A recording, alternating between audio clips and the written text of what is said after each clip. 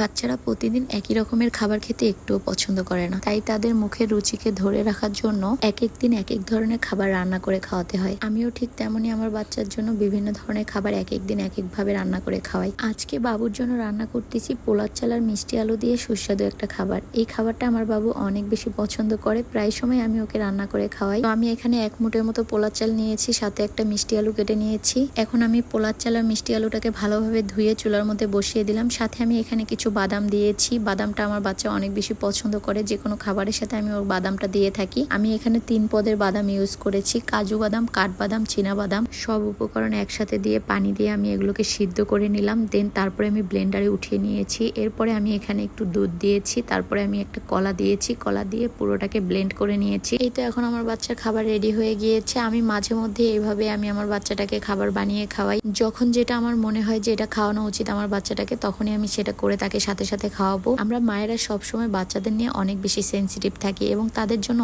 সবসময় চিন্তা করি তাদেরকে কি খাওয়ালে ভালো হবে, কোন খাবারটা দিলে তাদের শরীরে অনেক পুষ্টি হবে। তো এগুলো চিন্তা করতে করতে আমাদের সারাটা দিন চলে যায়। আমার বাচ্চার খাবারের ভিডিওগুলো আপনাদের কাছে কেমন লাগে কমেন্টে জানিয়ে যাবেন। আজকের মতো এখানেই বিদায় নিচ্ছি। আল্লাহ হাফেজ।